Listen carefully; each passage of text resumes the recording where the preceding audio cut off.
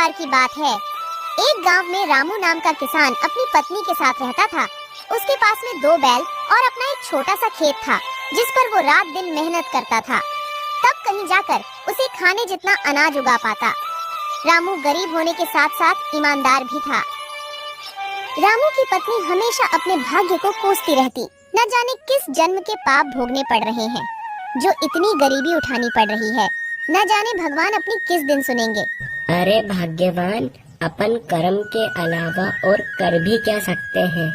देना नहीं देना ये सब तो ऊपर वाले के हाथ में है। अपने सोचने से क्या होगा। कह तो तुम सही रहे हो, मगर 2 साल से अपने गांव में ठीक से बारिश नहीं होने के कारण फसल खराब हो रही है। गांव में बाकी किसानों के पास तो गाय भैंस है, जिससे उनका तो गुजारा चल जाता है, मगर अपने पास तो केवल एक छोटे से खेत के अलावा कुछ भी नहीं है। और बारिश नहीं होने के कारण उस खेत में भी फसल नहीं होती।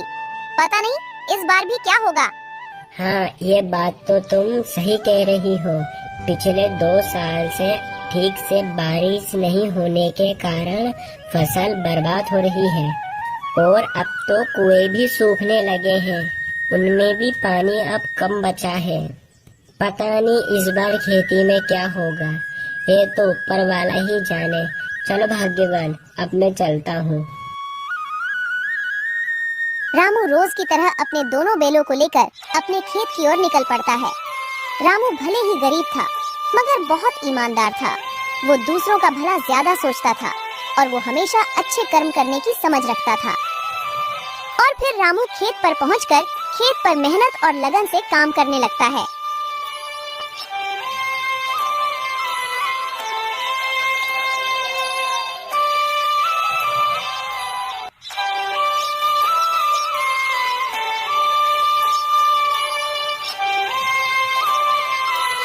फिर थोड़ी देर बाद, अरे इतनी धूप में काम करने के बाद अब मुझे भूख लग रही है और अब तो मेरे ये दोनों बैल भी थक गए हैं।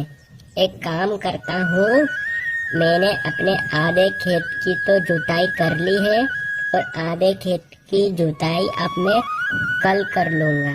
मेरे ये बेचारे बैल भी थक गए हैं। चलो चलो अब अपन घर चलते हैं।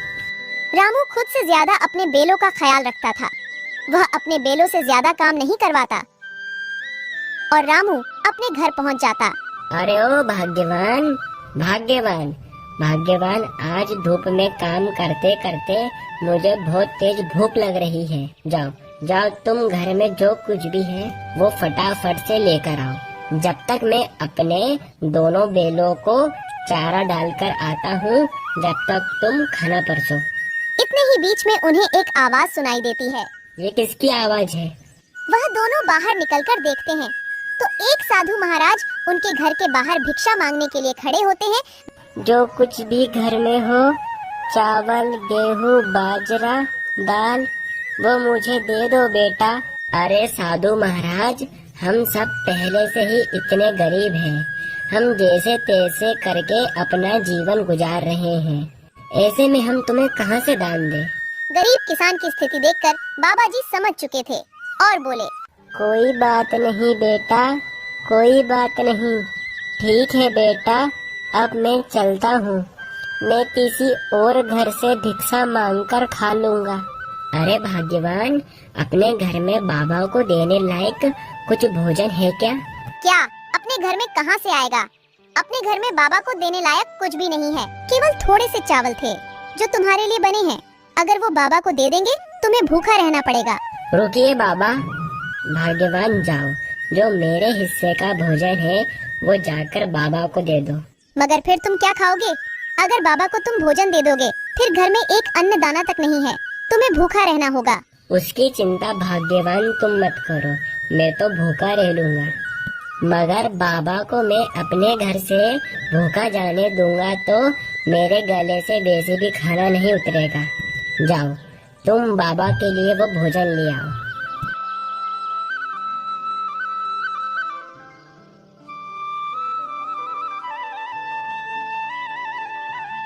रामू की पत्नी रामू की बात के अनुसार रामू के हिस्से का खाना बाबा को दे देती है। धन्यवाद बेटा, धन्यवाद। भले ही तेरे अभी बुरे दिन चल रहे हैं, मगर ऊपर वाला सब देख रहा है। वो तेरी एक दिन अवश्य सुनेगा बेटा, धीरज रख।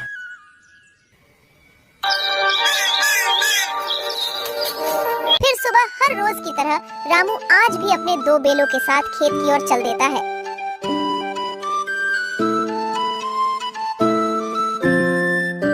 अपने खेत की जुताई कर ही रहा था तो फिर इतने में एक अमीर व्यक्ति रामू के खेत के किनारे से गुजर रहा था और रामू के पास आकर कहता है, अरे भाई, यहाँ आसपास कहीं पानी है क्या?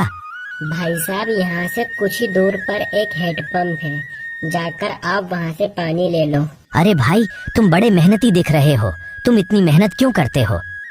मैं अपने और अपनी पत्नी के लिए भोजन और कपड़े कमाने के लिए इतनी मेहनत करता हूँ। अरे, तुम इतनी मेहनत करने के बावजूद अभी तक गरीब की गरीब हो। तुम तो अच्छे काम करते हो, तो भी तुम गरीब हो। मुझे तो नहीं लगता है कि कर्मों का फल मिलता है। नहीं नहीं भाई साहब, मुझे पूरा विश्वास है। भगवान के घर पर देर है मगर अंधेर नहीं। जो अच्छे कर्म करेगा उसे अच्छे कर्म का फल अवश्य मिलेगा। देर से मिलेगा मगर मिलेगा जरूर। शायद मुझे अभी नहीं मिला मगर एक दिन अवश्य मिलेगा। रामू की बात सुनकर अमीर व्यक्ति हंसता और वहाँ से चलता बना। रामू ने अपनी मेहनत जारी रखी मगर खेत को जोतते जोतते अचानक से रामू का पैर हल के नीचे आ जाता है, जिस कारण रामू का पैर कट जाता है। रामू दर्द के मारे झूम उठा। अरे भगवान, मेरा पैर तो कट गया। अरे प्रभु, वो अमीर व्यक्ति सही बोल रहा था क्या कि कर्मों का कोई फल नहीं होता? अगर मैं अच्छे कर्म कर रहा हूँ तो भी मेरा पैर कट गया। मैंने किसी का क्या बिगाड़ा है जो मेरे पैर में लगी? जैसे तैसे रामू अपने घर पहुंचा और अपनी पत्नी को जो उसके साथ हुआ वो सारी बातें रामू ने अपनी पत्नी को बताई। तुमने आज तक किसी को परेशान नहीं किया है, तुम्हें तुम्हारे अच्छे कर्मों का फल मिलेगा। रामू को अपनी पत्नी की बात सुनकर तसल्ली आई।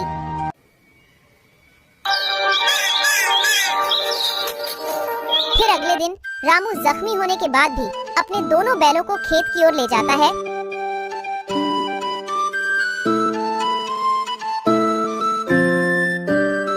अरे अभी तक बारिश तो आई नहीं, अब फिर मैं अपने खेत की सिंचाई कैसे करूँगा? चलो एक काम करता हूँ, अपने खेत के कुएं में जाकर देखता हूँ उसमें कितना पानी है। अगर उसमें पानी हुआ तो अपने खेत की सिंचाई करूँगा। अपने खेत के कुएं के पास में जाता है मगर कुएं में एक बूंद भी पानी नहीं था।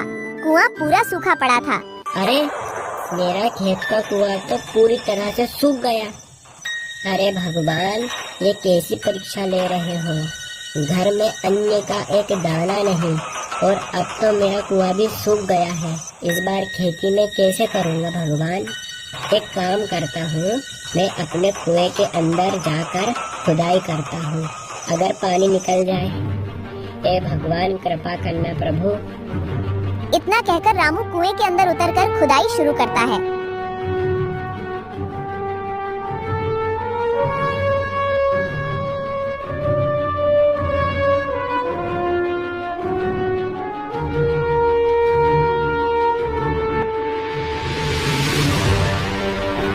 थोड़े समय बाद अचानक से कुएं के एक पत्थर के अंदर से पानी निकलने लगता है।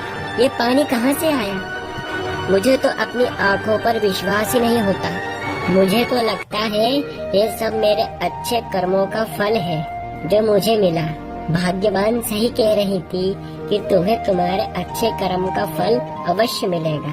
ऊपर वाले ने मेरी सुन ली। इस पानी से तो अब मैं अपने खेत की सिंचाई अच्छी तरह से कर सकूंगा। रामू की खुशी का कोई जवाब नहीं था। रामू पानी को देखकर बहुत खुश हो गया